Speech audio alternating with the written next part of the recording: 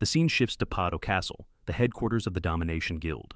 Inside the massive fortress, the guildmaster sits on his throne, eyes locked onto a screen, broadcasting a live battle between Hyeon-Woo and Cheonma.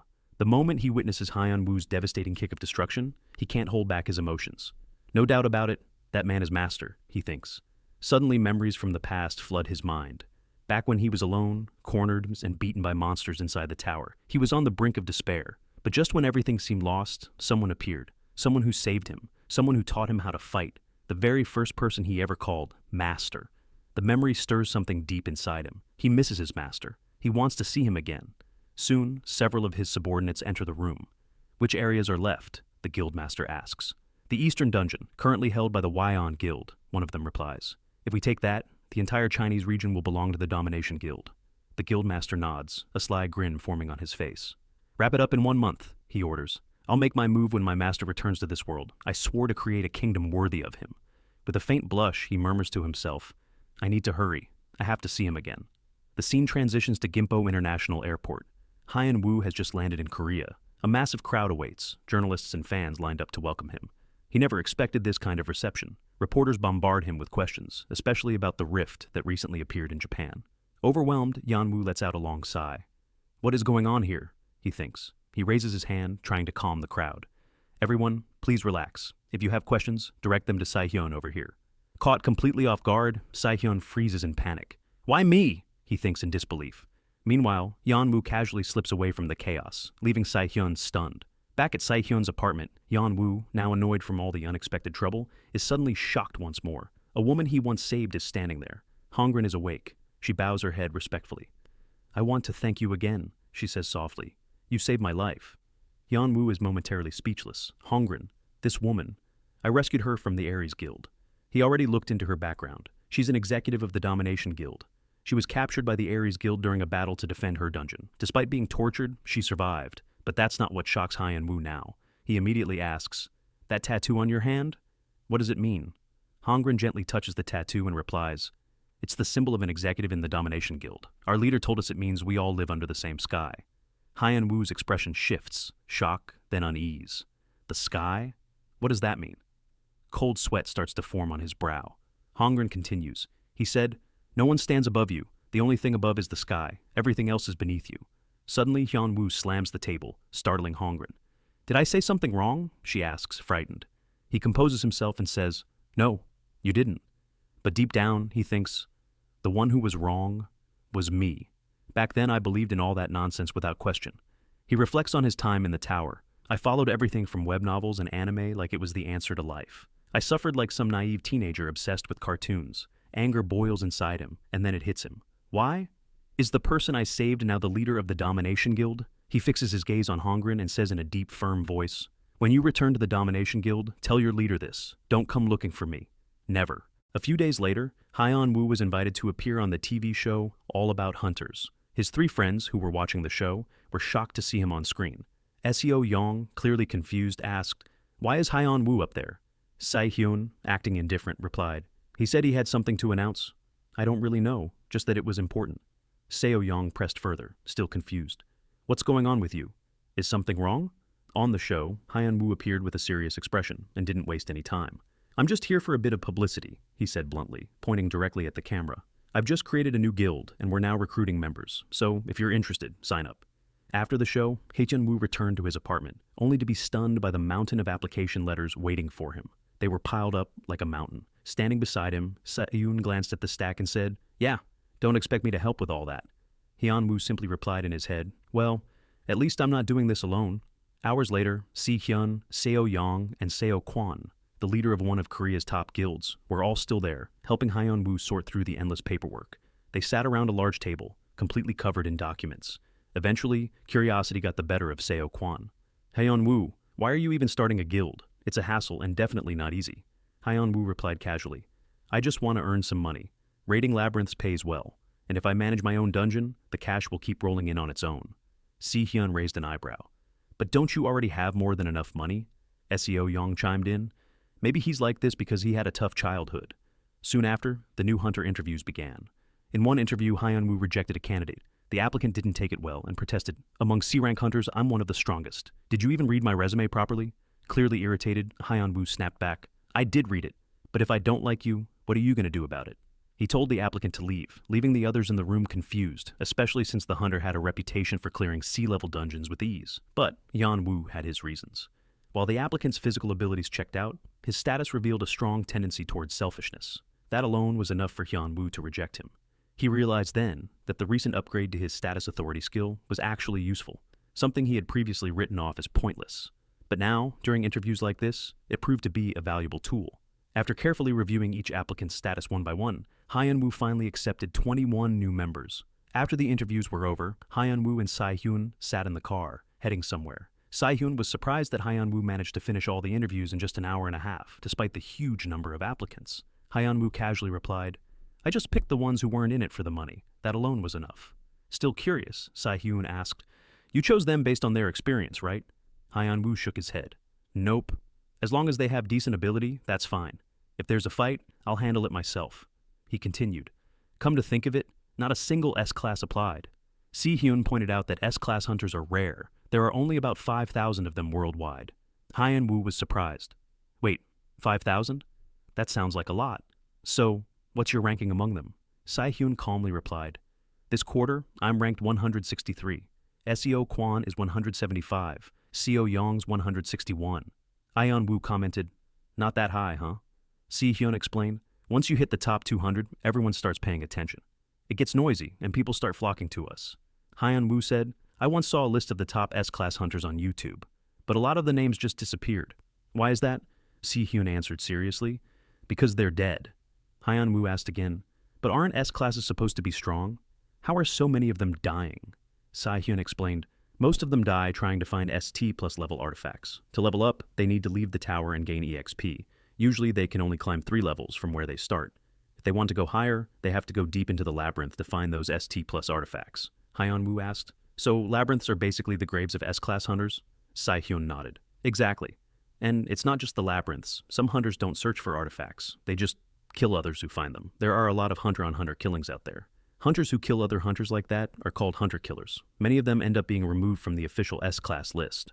Eventually, they arrived at the dungeon taken from Ares, now called the Invisible Swamp, and officially under Hyeon-Woo's ownership. He told Se-hyun to head back first. He wanted to fight the regenerated boss and explore the deeper layers himself. Shortly after entering the dungeon, Hyeon-Woo heard a voice. Pleasure to meet you, Hyeon-Woo. Immediately suspicious, Hyeon-Woo asked, Who are you? Don't tell me you're with the Ares Guild. The man answered calmly. Correct. We were sent by the Ares Guild. Then his teammates stepped out from behind him. But we're not members of that guild. We're a group of hunters who kill other hunters. Then he asked, Have you ever heard of Pandemonium? Pandemonium, a name legendary among hunters. Just hearing it struck fear into people's hearts. They were a mercenary group made up of the world's top-ranked hunters. Many of them were in the S-Class Top 100, known for their unmatched killing power. They charged sky-high fees, and wherever they went, death followed. The members of Pandemonium were legendary killers, unmatched across the globe. Gunslinger Jack, rank 72, Bloodwine Asuo, rank 68, Master Aslan, rank 91, and finally, a powerful witch named Anya, rank 52, one of the strongest spellcasters alive. When Hyeon-Woo heard that Anya was ranked 52, he remarked, Rank 52? That's a pretty decent rank for a witch. Anya, clearly offended, snapped back, what nonsense. You're a hunter, and you've never heard of me? One of the top-ranked witches in the world? Hyeon-Woo, still calm, replied, I asked because I didn't know. Kind of funny, actually. That only made Anya more furious. She activated her magic immediately. A top 50 S-Class hunter would still die at our hands. You know why? She cast Monobine toward Hyeon-Woo and continued, Because I'm Anya, the god of debuffs. But instead of panicking, Hyeon-Woo casually asked, Oh yeah? So, can you draw a proper magic circle? Anya was caught off guard. This is not the time for dumb questions. Can't you see the situation you're in? Remaining unfazed, Hyeon-Woo unleashed a menacing aura. I am assessing the situation. I asked because I need to decide whether I'm going to kill all of you or not. The sudden pressure from his aura made Anya tremble. Even as a top-tier witch, she could feel the overwhelming fear. Meanwhile, in China, in the city that serves as the headquarters of the Hyeon Guild, the atmosphere was tense and grim. Li Do-cheon, ranked 82nd, was panting heavily in front of the leader of the Domination Guild, the one who had just turned their world into a nightmare. Surrounded by a pile of corpses that used to be members of the Hyeon Guild, the leader stood tall and unscathed. Gasping and in pain, Li Do-cheon spoke, Even if I die here, our leaders are on their way. You think you can take them on by yourself?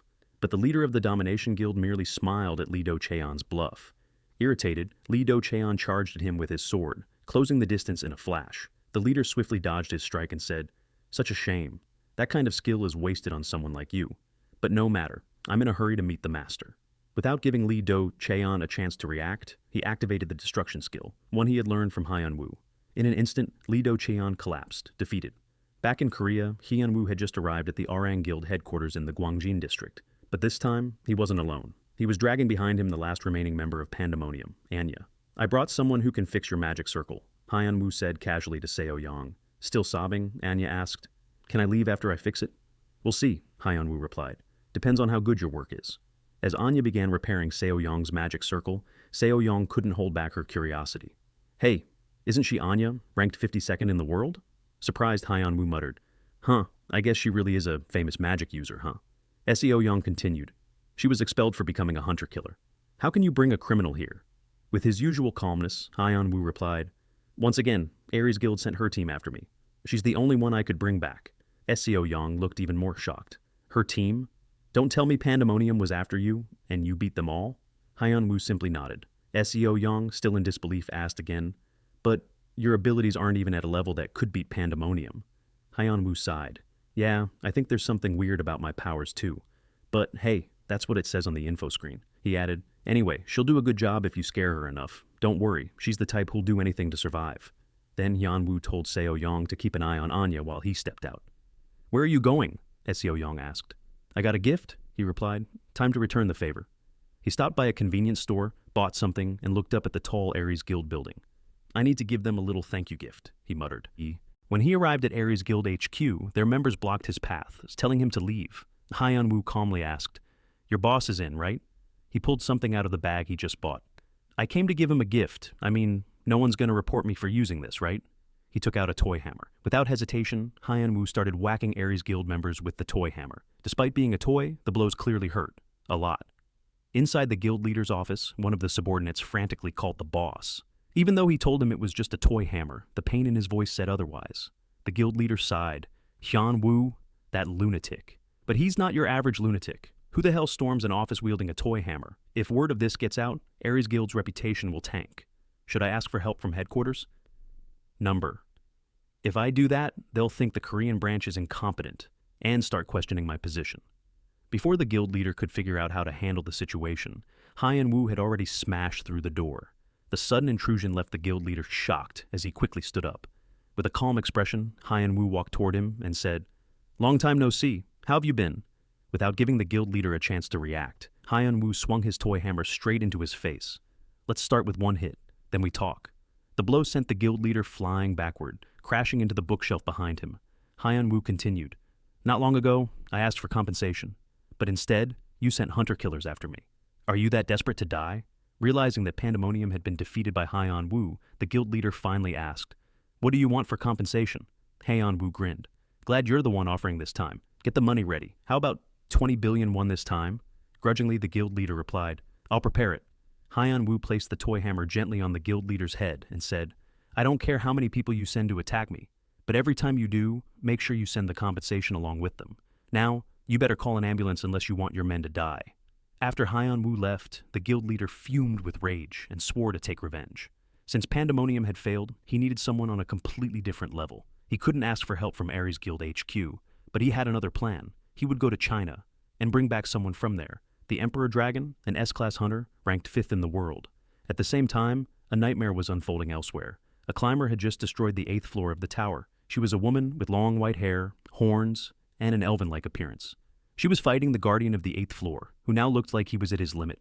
She calmly stepped forward, counting her steps. 1, 2, 3, and on the 3rd step, the entire area was obliterated along with the guardian. Step 4, an even wider area was reduced to rubble, and on step 5, everything was annihilated without a trace. The climber spoke.